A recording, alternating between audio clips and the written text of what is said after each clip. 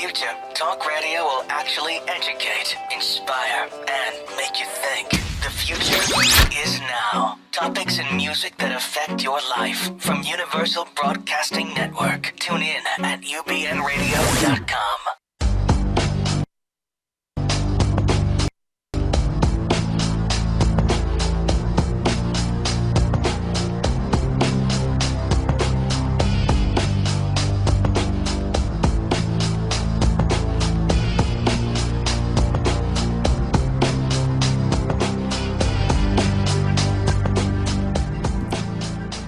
Greetings and salutations, everyone. You have tuned into Dr. Judy WTF here on the Universal Broadcasting Network. I am your host, Walt Lusk, and our show is called Dr. Judy WTF, which stands for What the Freud. Those of you that missed our show 2 weeks ago, we did What the Film, which was, we shrunk 50 Shades of Grey. And a preview of coming attractions of what the next WTF, What the Film will be, we'll be doing Whiplash. And this is a call-in show, and we are depending upon you, as I'm going to be depending on Dr. Judy today, to have a great show, because the show's called Codependency. And the thing is, if you are loyal to a fault, you just might be a codependent. Stay tuned to find out. And our number is area code 323-843-2826. That's here in Hollywood at 323-843-2826. You can reach us at www.drjudywtf.com, and you can pull our podcasts, as I know a lot of you do, on Stitcher and iTunes, and we're working on iHeartRadio for the station. So lots of exciting things happening.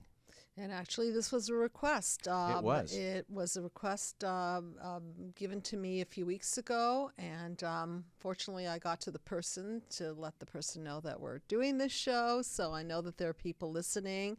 And there are a lot of people who are codependent, who attend CoDa meetings and really are working on themselves so that they can get out of a dysfunctional system that really isn't sustainable at all. And for those of you who have been listening to the show and understand the mind map, well, let me talk to the people who haven't been listening to the show and don't understand the mind map. Yeah. The mind map is a system I created back in 2001, and it's a system designed to heal human disconnect. Because when we're disconnected from, what happens is that we form a reaction to the wound of disconnect, and these reactions create problems, and these problems get encoded into the fiber of our being and then start breaking down into other problems that I call defense mechanisms, or are commonly called defense mechanisms.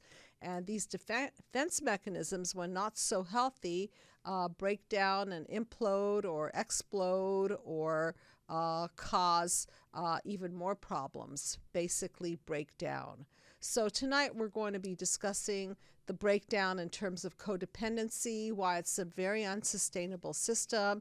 It really is, it looks like a win-lose situation whereby the codependent is doing everything for the person that they're codependent on, but it's not really a win-win situation at all. Everybody loses. It's a lose-lose for everyone. Absolutely. And before we get any farther, I wanted to encourage everyone, there's a website if you decide you want to do a little more research or realize you may be codependent, which actually is one of the most common diagnoses or I don't know, let's call it a disease. Let's call it a dysfunctional system. Dysfunctional system around. There's CoDa, CoDa.org, for codependenceanonymous.org. And one of the major causes that I found of codependency is parents who were alcoholics. And so there is a group called Al-Anon, which is basically a worldwide fellowship for anyone who's been affected by someone else's drinking. There are meetings all over the world, and it's not really associated with AA, but it's kind of connected too.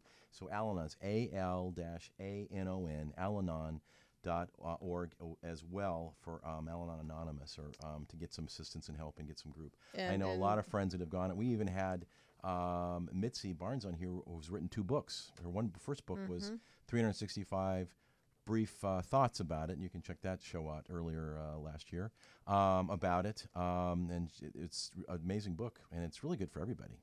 And the thing is, thanks for putting that out, because one of the things that I love about these 12-step groups is that they're free. Yeah, they are. And they're very effective in so far as group support, community support. You can get a sponsor. You don't have to do this alone. You don't have to spend a penny on therapy if you don't want to. But I think it's still a good idea to be in therapy, because actually the therapy will very much help you to identify the cause of this disorder or this disease or this dysfunctional system. And it's the same story. When we are wounded, when we are disconnected from, we go symptomatic. And so we're going to get deeper into the blueprint of why people get hooked into these kinds of codependent relationships, and how they function or dysfunction, and who loses, who's up, who's down, and how that seesaw goes.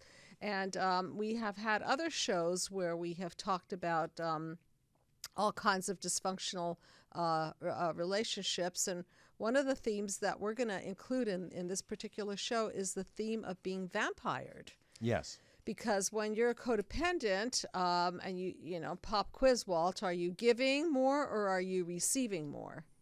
Well, yeah, if you're being vampired, you're giving a lot and not getting a whole lot in return. Right. And we've talked about in previous shows, you know, in dealing with relationships, talked about earlier in the year, with everyone in your life, are they crew or cargo?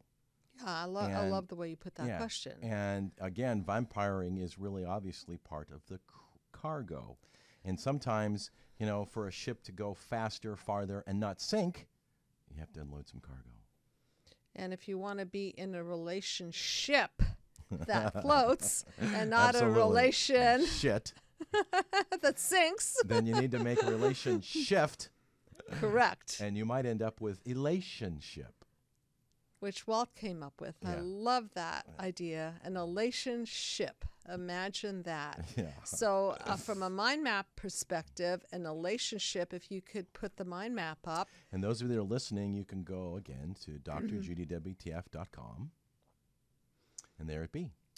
And so if you look at panel number 7, which is the interconnection panel, which is the paradigm shift panel, then you can see that what's happening there is that two people come together, and instead of vampiring each other, sabotaging each other, what they're doing is they're synergizing. And so 1 + 1 becomes the more than 2 phenomenon. And if you're looking at it, you can see all this light radiating from it. And so that's a healthy relationship. But in order to have a healthy relationship, you have to have 2 healthy individuals, or more or less healthy individuals that come together to create this synergy. So as we go along and really discover what codependency looks like, we're going to go back into the wound and go back into how this blueprint was laid down to begin with, and why people are choosing to function this way, and usually choosing it unconsciously, so it's not such an obvious active choice, if you will. But it's very, very involving. I mean, it's definitely a disease. The more that I read to do research for the show, and so to start with, I thought we defined basically codependence is the most common of all addictions. The addiction looking elsewhere. We believe that something outside of ourselves, that is outside of our true self, can give us happiness and fulfillment. The elsewhere may be people, places, things, or behaviors or experiences. Whatever it is, we may neglect our own self for it. So I want to just so veer again, off. that's along the lines of vampiring. Okay, so I want to veer off to a concept called object relations, which is a fancy word of saying that when we internalize our parents, when we internalize good enough parenting, then we have a strong and stable sense of self. Well, how does that occur? Basically, if you have been breastfed, if your mother has been attuned to you, if you have a primary caregiver that puts you first, if you have had all the emotional goodies of eye contact, skin contact, consistency, and so on, then what happens is that you internalize these good objects, which are essentially your parents, and so then you're full. In essence, you have a core, basic, good sense of self. Now, as you were saying, Walt, people who are codependent look outside themselves, Yes, and they're they trying do. to pull in people, places, and things. Why? Because they have a hole in the soul. Why? Very Because large they hole in the soul. didn't internalize these good enough objects or good enough psychological emotional representations of their parents that they then ingested and digested and manifested into a positive and strong core belief. So now they're weakened on the inside and they've got to supplement. So they supplement with relationships. They may supplement with all kinds of things. And in the case of the CoDa, right, codependent, they're supplementing with another relationship. Well, sometimes I read they have very, very high expectations, as we're getting into, and Okay. many, many instances they're expecting other people to, give them more because they're giving more, or to be there for them when they're for somebody. And there's a lot of disappointment. It's just huge. I amount of think that's expectation, disappointment. absolutely accurate. There's a fantasy thinking that goes on, and the silent deal is that if I help you and I do all these good things for you, then how dare you not give back? Right? Yeah, and I've got a classic example. I have a friend of mine, and she was an amazing mother to her 3 kids, right? And she gave everything. She was a full-time mom, drove them to hither and yon, and was involved in school, and was a mom, and, did the whole mom thing. And as a result of her doing that, now she's expecting her kids to give back.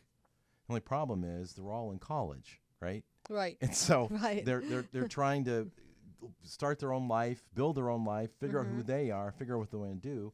And 2 of them are out of the city. I mean, one's up north and one's out of the state. So it's like, how can you expect, these kids to give back when they are trying to figure out what they've got to give in the first place? Right. Speaking of being put upon, right? Those kids must feel extremely guilty and stressed.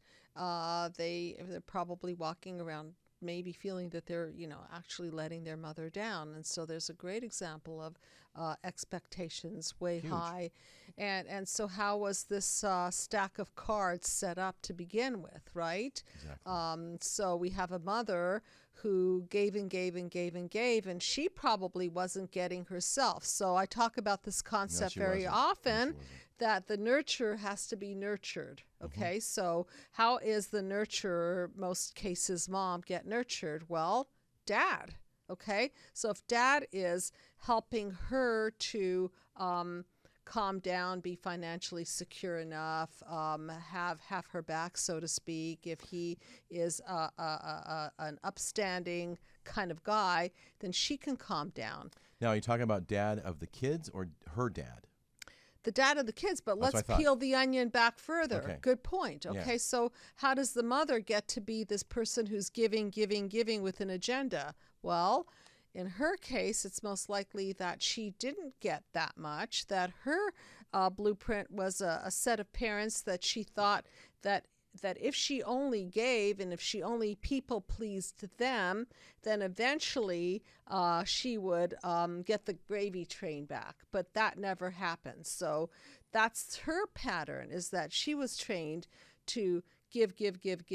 Probably her parents were on the taking side, the narcissistic side. What's interesting is so I that got set up. I know a little more background. It turns out she had an older sister who was the favorite. She's Okay. 2-3 years older. And Okay. Mom, it was obvious that mom favored her. I mean, dad kind of favored this particular mom, but overall the mom favored the other daughter, and it didn't switch until she was in her 20s, and she was chased and married a narcissist, and it didn't turn out well. Well, there's the blueprint. It's very, very painful when you don't feel that you're important enough to be number one in a family. And so what people do in defense of that is they try really, really, really hard. And in their mind, there's a fair game that's going on here. Like, if I try really, really, really hard and extra hard, I will be noticed, and I'm going to be earning an emotional bank account, yay high, which will eventually pay off for me. But the problem is the people that are on the receiving end of all this, so to speak, attention and love and being pleased, are not on the same accounting system at all. It's no. I can't even come up with an analogy of different accounting systems, but Right. yeah, it's not there. Right. We're emotional bookkeepers. Yeah. And so their system and the taker system are really different because the taker Exactly. has a hole in the soul, right? So there's this endless Yes. hole that needs to be filled and needs to be filled, and it's insatiable. So no matter how much the giver is giving, it's like giving into Well, we talked about it's like pouring water into a glass with a crack in it. Yeah, right? exactly. No matter how much you fill it and how fast you maybe fill it, it's never, ever, ever going to be full Right. because there's a crack and it's all running out somewhere. Right. So on some level, the taker has not the ability to feel the nourishment and hold be and full contain it. and give back. Right. No container. Okay. And the giver has no ability to put boundaries and say, wow, I'm actually tired. I'm actually in a bad deal here. I don't like the fact that I'm giving and getting nothing back, because that's familial to them. Familiar and familial, meaning that their family of origin was stacked that way, was And you know what? blueprinted that way. We've got a call. Let's Oh, see. very nice. Okay. Hey, thanks for calling. You're on the couch with Dr. Judy. Hi, Dr. Judy and Walt. This is Nick. How are you? Hi, hey, how Nick. are As we you? spoke a few weeks ago. Yes, Nick at Night. Yes. Yes. How are you guys doing? I'm really enjoying the show. Oh, awesome. Thank you. Thank you very much. And thank you, Dr. Judy, for doing the Codependency show. It's Sure. actually, for someone like me, and it's very, very helpful, really looking at how we became codependent. So Okay. I really thank you for doing the show on this. We're gonna dive into that, and at the rate we're going, we're probably going to do this in 2 shows. Yeah, We've probably got a lot so. of information. So I want to ask you, we definitely had the opportunity to get to know one another and understand a little bit more of the backdrop of your injury. So as you're listening to the show and you're understanding the blueprint, do you mind sharing a little bit about your blueprint and how you came to be in a position of giving to somebody who Sure. drained you to the point of exhaustion and sickness? Sure. And actually, Dr. Judy, in the CoDa meetings, which have been very, very helpful, and I know some of my group members are listening, and they really love your show. Thank you so much. We have been talking about the last couple of weeks at the meeting about the mind map and how, the childhood, whatever happens in infancy, the disconnect can lead to being codependent, Yes. So the question you just asked me, the giving, Dr. Judy and Walt, since we spoke I think it was about 3 weeks ago, the last time we spoke, Yes. I've done a lot of thinking, a lot of reading, and I was a parent to my parents from childhood. That makes so much sense. And not, Uh-huh. and not Okay. just mom. I mean, mom, as you know, mom had the depression issues, but my dad acts like a child. He's a very narcissistic person, and he just acts like a child. And I really feel like I've been a parent to, and I don't think they did it consciously, but the truth and the fact is, I've been a parent to them since I was a little kid when I needed parenting. Right. And that's why when I grew up and met all these borderline women, one after another, and not just borderline women, male friends who were narcissistic, it seems like everyone of significance, male or female, was almost personality disorder to the point where they're taking, and I'm just giving, because the blueprint was, as I took care of my parents since I was a child, I just did that as an adult too. And did you feel somehow in your accounting system, your psychological accounting system, that if you did it long enough and if you did it good enough, that there was going to be a payday at some point?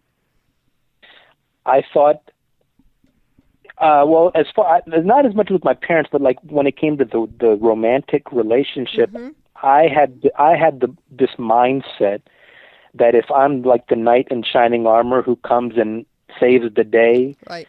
that this woman will always be grateful to me. Not that I was looking for her to buy me things or not, just she would always be grateful and be good to me. But actually, since they were disordered by personality, no matter how much I gave, the more they abused me. It's interesting you talk about, because we're going to go into what codependency looks like, and the first one is believing that a knight in shining armor is going to save you from a life of singlehood is codependent. So you've nailed it. Right. So, Dr. Judy, like, as I wrote to you today, and I've been talking to you, I have done such a good job of, and you're going to really like this, when I meet anybody new now, a new male, female, whoever it may be, Yes. I enter it with, okay, what will I get out of this as well? Beautiful. Because before it was always, what can I do for you? But now it's, okay, I'll do for you, but what am I getting out of this? And that change in mindset has already been very helpful. Learning to say no has been very, very helpful.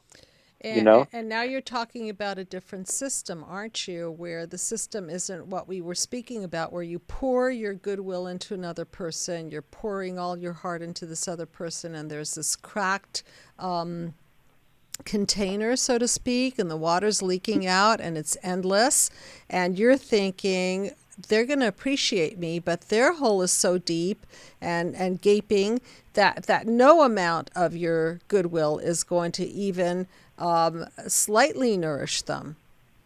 And so that system is so draining, and that's why you got so ill from participating in this. And I met my counselor on Monday, and he said something really important that I had also read about. He said, the most important relationship in your life should be the one with yourself first and foremost. Beautiful. Care of yourself, because you're no good to anybody if you don't take care of yourself first. And Dr. Judy, I don't want to take a whole lot of your time, but I just want to say I'm doing really good, feeling really good. I'm feeling really good. So happy to hear that, and I really love when you're in communication with me about it, and I'm seeing how much you work at this and read books and go to meetings and counseling. And how long have you been going to CoDa? I've been CoDa now for about 7 months. Oh, wow. Okay. And I go every Tuesday. It's so relaxing there. You got just a nice, it's at a church, and we're just kind of in this nice room with nice lighting. And, the whole atmosphere is very safe, and, it's unlike any atmosphere ever, well, besides the counselor's office, but that's one-on-one. But in a group setting with friends, now they're my friends now, it's never such calm and peace like I do in that room for that one hour, What's interesting is one of the things is that talk about being codependent is having a lot of anxiety. So you're expressing the fact that as a result of you addressing this and realizing this and actually being proactive and really dealing with it, you are less anxious. Yes.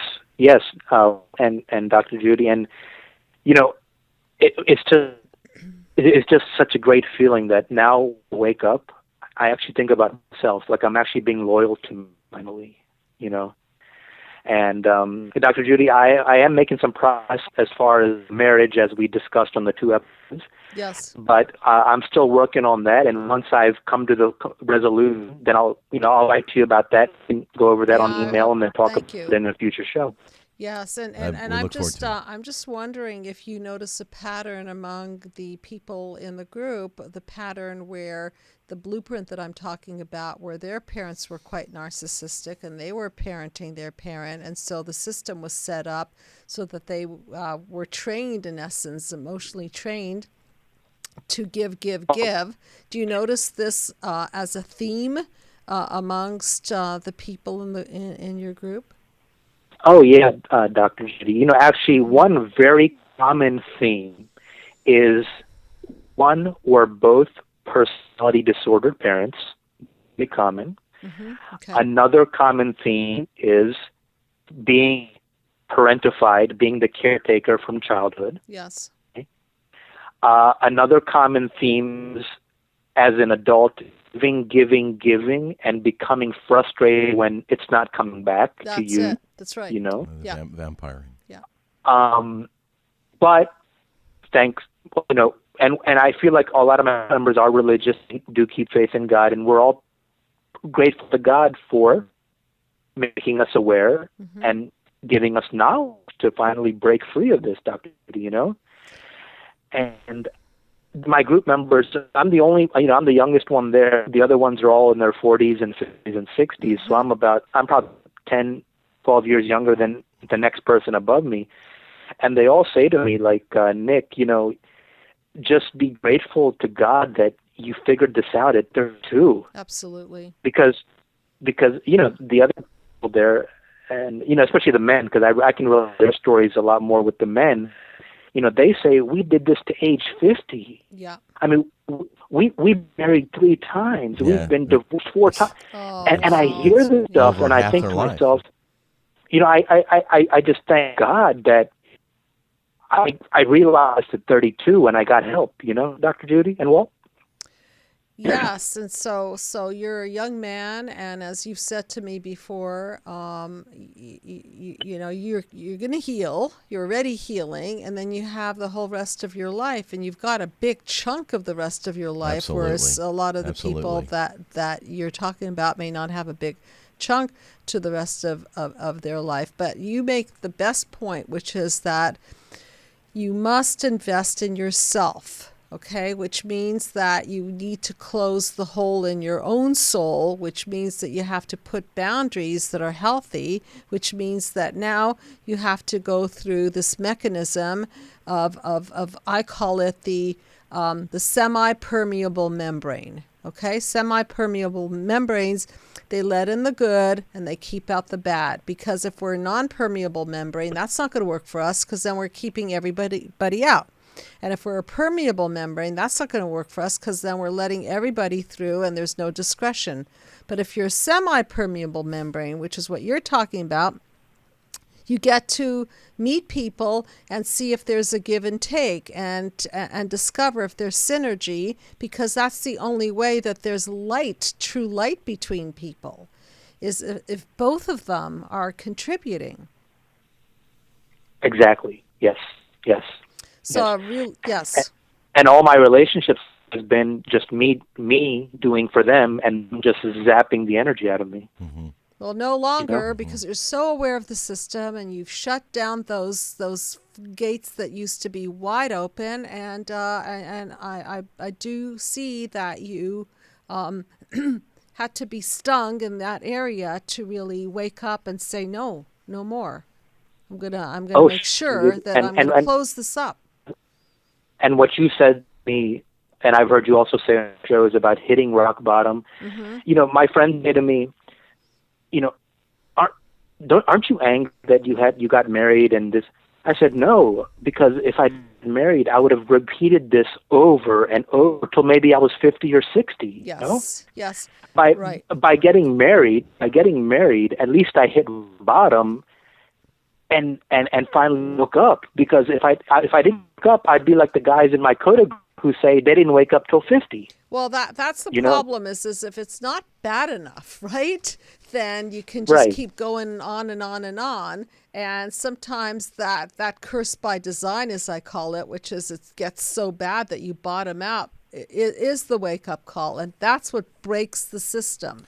It's interesting. One of the articles I read is the gift of codependency. And again, Nick, you've nailed it. It says, but in the end, it makes you stronger. It gives you the power to love yourself and others with strength you otherwise would not have.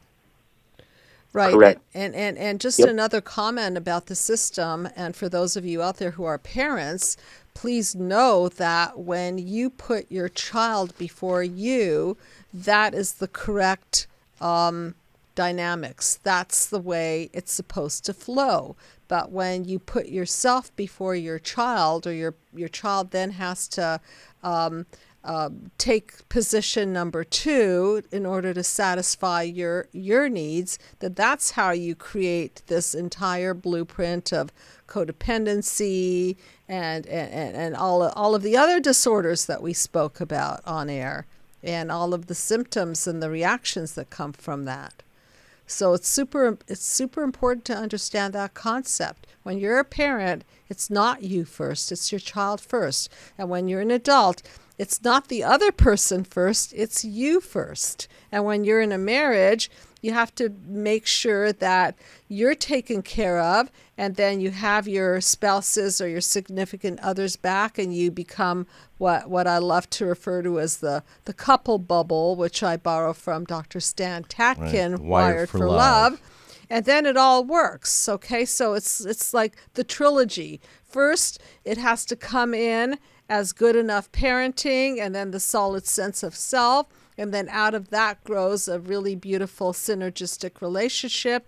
And then that light transfers to the children, the community, and the world at large. And then you really do have a system of light, which is how I see it. The best example I can give you in terms of the child-parent thing is in an airplane. If an airplane loses pressure and the oxygen masks drop down, and you have a 9-year-old child or a child next to you, and it's you and your child that requires a mask, who gets the mask first?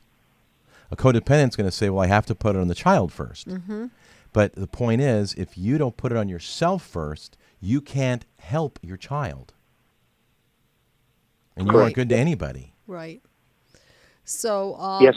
I really appreciate you keeping us informed Thanks for calling. about your progress. I do want to know how you resolved your marriage or didn't resolve your marriage. I'm very interested about how that's going for you, and please keep us posted about that.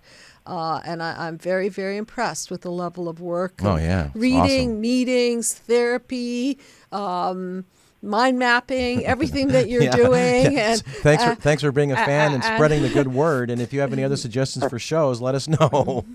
I'll show you. Yeah, for sure, Walt. And one last thing to say, Dr. Judy, is the blueprint was trying to take care of my dad's needs, who's a narcissist. And finally, Dr. Judy, and I'm so happy to say this, no longer do I feel guilty about not being able to meet his needs, because it's impossible to meet his needs. And I know that. Wake up call. You finally realize that hole in the soul is endless. No matter what you do, it ain't going to fill the bucket. And so you woke up, and that glass you're out is of the way system. cracked. Right. Yep.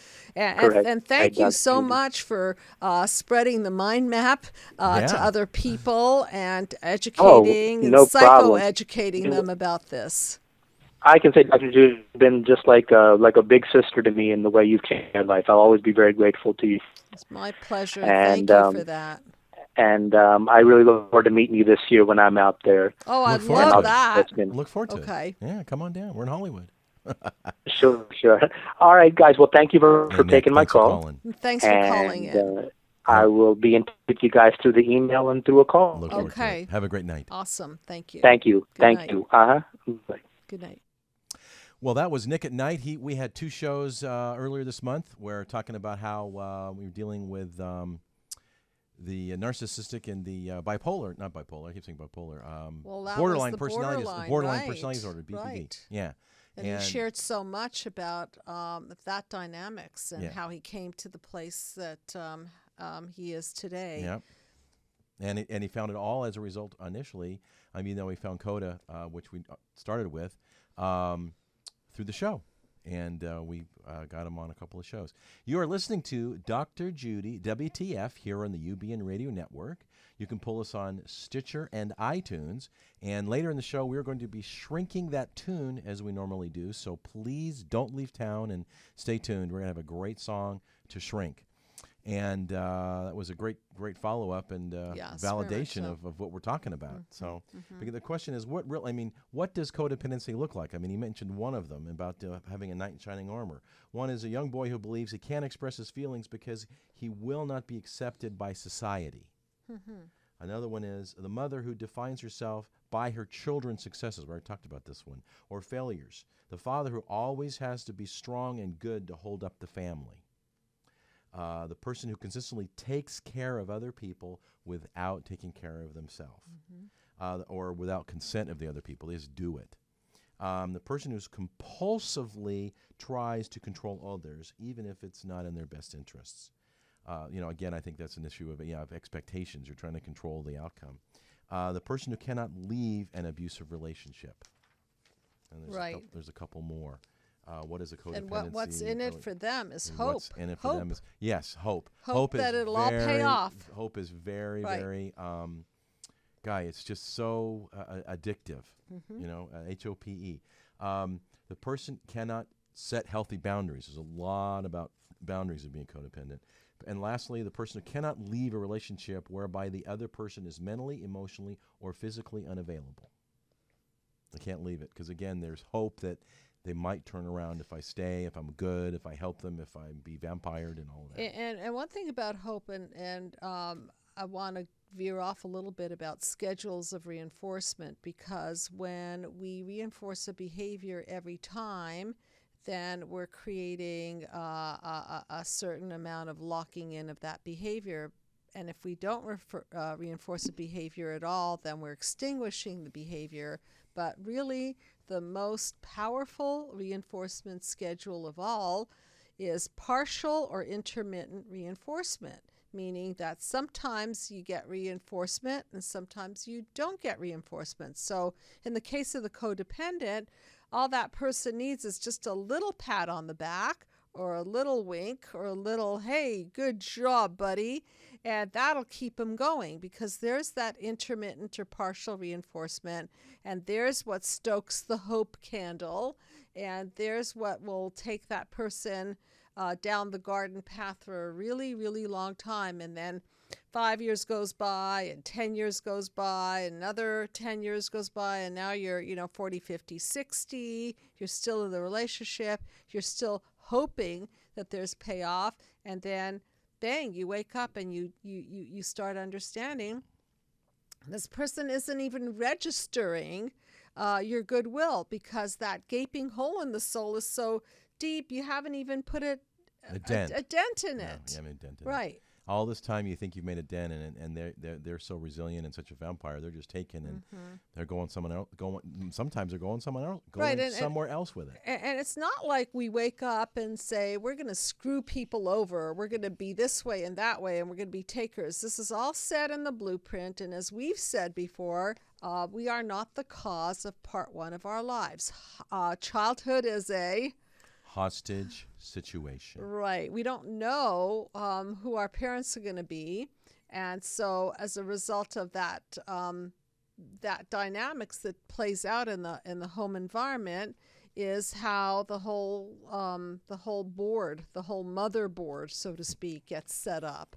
And then the setup starts decompensating into a lot of chaos and a lot of breakdown. Yes, and further in this one article about what is codependency, the second issue is, why are people codependent? We've talked about it, but is because each of them are deeply ingrained in the subconscious. Again, we're talking about the blueprint that they have to have, that the other person is their life, and have to have the other person in their life to have a chance to be happy. Being alone is the worst possible scenario. In other words, I'd rather be in an abusive situation where I'm giving than just be by myself. And then there are benefits. If you're with somebody that you're so-called feeding, right? You're stoking their light, and they happen to be famous, or they happen to be exciting, or they happen to be creative or wild, then you get the benefits of their sparks. But the sparks really few and far between. Few and far between, and they're not. They may be, but they're not nourishing you, and that's what you have to take into consideration. And lastly on this, and why people are codependent, is being alone means that there is no chance to be happy. Their happiness is dependent upon somebody else, not themselves. So at any cost, just at any cost, be connected to that human being. Yep. Yeah. And then, why do people stay in codependent relationships? Again, we've addressed this one, but they've programmed with dysfunctional beliefs about relationships. Again, it's about the blueprint that we've already talked about initially. Their beliefs are the opposite of the beliefs that make independent, functional, and healthy relationships possible.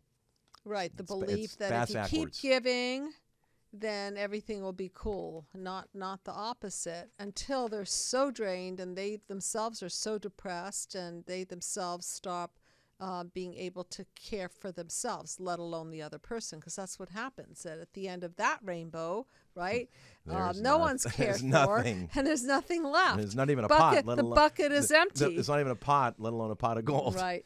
Because the person that's codependent, they really don't have a healthy sense of who they are, a healthy sense of self. And if you look at the mind map, you're really going to see visually the system. Again, if you go to, what is it, www.drjudywtf.com. Yep. And you go to the mind map and you can read about the mind map and the explanation. Yes, there is a one-page explanation that'll help you interpret what's going on. Right, so it's always up there. You can never lose it, and you can turn it on, and you could see the wound and the reaction and the encoding and all the breakdowns. And where codependency lies is that people want to keep on and hang on to that bond. Panel 3, the bond. No way will they let go of the bond, even if they have to hold up a dysfunctional system. They're scared to let go. And in the case of the 12-step philosophy, they're scared of letting go and letting God or letting the universe or just letting go a dysfunctional system, because for a codependent, they're better off feeling that at least there's something, even though that something doesn't feel right. Isn't enough. It's better than nothing. Right. It's better than chaos. It's better than the unknown. Well, that's too scary. That is scary. And it's Right. interesting. Another one is it's rooted in fear, a wishful fantasy or expectation that somehow or someday the ones they seek to please will recognize, appreciate, and value them for all of the efforts they've made. Right. And the catch is, folks, if you're in that kind of situation, and today, right here, right now, not tomorrow, they aren't, have an attitude of gratitude. They aren't appreciative. They aren't giving back. Okay? Chances are, if they haven't, they either can't or won't, and it's not going to happen. Sure, you get a little glimpse, a little this, a little that, a little piece, but is it really enough? And now it's on you to break that pattern. Yes. And for those of you who want to, even if you don't live in the Los Angeles area or the Sherman Oaks area or the Beverly Hills area, I'm doing some really, really interesting mind map therapy via the telephone. And you are very welcome to call me, contact me, and we can set up your 10 mind map series, because that's what we do. We go from the problem through the process and to the solution. And at the Psychological Healing Center, we've also set it up so that we have other therapists on staff. And if you can't afford to work with me, then we try to take care of as many people as possible and put them on sliding scale systems so that you can, in essence, break the multi-generational past and break free from the encoding and clean out the wounds so that you can flow better and you can regroup and reshuffle the system into something sustainable and healthy and recode yourself. And one of the beautiful things which surprises most everyone about the mind map system that Dr. Judy's developed is it is a very effective, efficient, and quick system. Not that it's a race, but when you've got a very proven track record and a track to run on, it seems to flow, and you get through whatever you got to get through rapidly, and you're moving on with your life. So it's not like you're going to be in therapy forever. And it's a little bit different. It's Very. a lot different than traditional very therapy different. because you're getting a psychoeducation. You're learning about yourself. So never will you leave the session feeling that you've just vented, you feel better for the moment. No, you're going to learn something about yourself, and you're going to Absolutely. connect the dots and and not only learn something about yourself, but process the feelings through so that you're not stuck there and doing what I call what the Freud, the WTF, which is looping through endlessly. So the bottom line of what Dr. Judy just said is her goal from day one is for you to be able to think like a shrink. Corny, but true. Down the road, you can get on the couch with yourself, and if you have an ouch, you can get on the couch, even though Dr. Judy's around and her team, and really kind of self-soothe and realize, hey, I can step back and realize what's going on. So again, it's different than what others are, and it's very efficient and very effective. And if you want to know more proof, go to look up Dr. Judy Rosenberg on Yelp in Sherman Oaks. Just read some of the testimonials, and if that doesn't make sense to you, then you know what? Nothing will. Well, thank you all for that. I appreciate it. We are running out of time here. We're going to have to shrink our tune, so we're going to continue this next week. Okay, good next idea. Week, we are going to delve into a little bit more of, what is codependency, but more importantly, we're going to talk about how to find and live with who you really are, and 3 ways to take care of yourself, okay, and kind of be able to learn how to not be so codependent. I like that. So Yeah. we're going to get So into the skills of how to care for yourself, because Exactly. there's a big missing, right? There is. I mean, just because you've got it, okay, I now realize the relationship I'm in isn't working. I'm So being now what do I vampired. do? They're taking, they have this gigantic cracked glass that I can't fill. Okay, now what? So stay tuned and come back next week. Or listen to the show from next week if you're Portland and Stitcher. So the song that we're going to shrink today is, was it by request? No. Kind of, sort of? No, we just picked it? Okay. I found it, and I thought, hey, this really humps to the theme of codependency. It's an older song, but we're gonna shrink the Cardigans, and the song's entitled "Love Fool."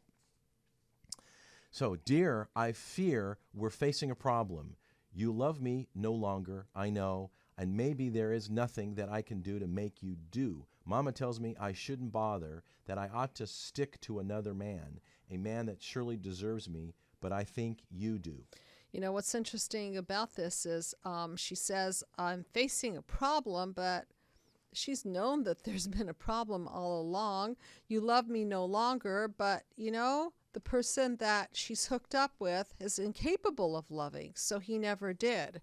And there's nothing in the world, she's realizing there's nothing that she can do. She can do somersaults, and it's not going to change anything.